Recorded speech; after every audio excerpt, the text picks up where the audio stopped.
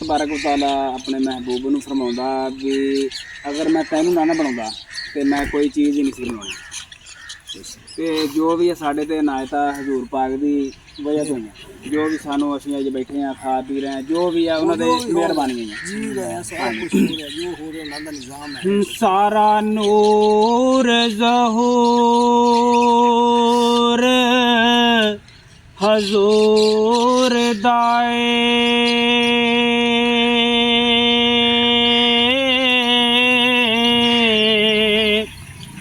बिना नूर किवें कायनात होंदी नाए चन तारे कारोबार सारे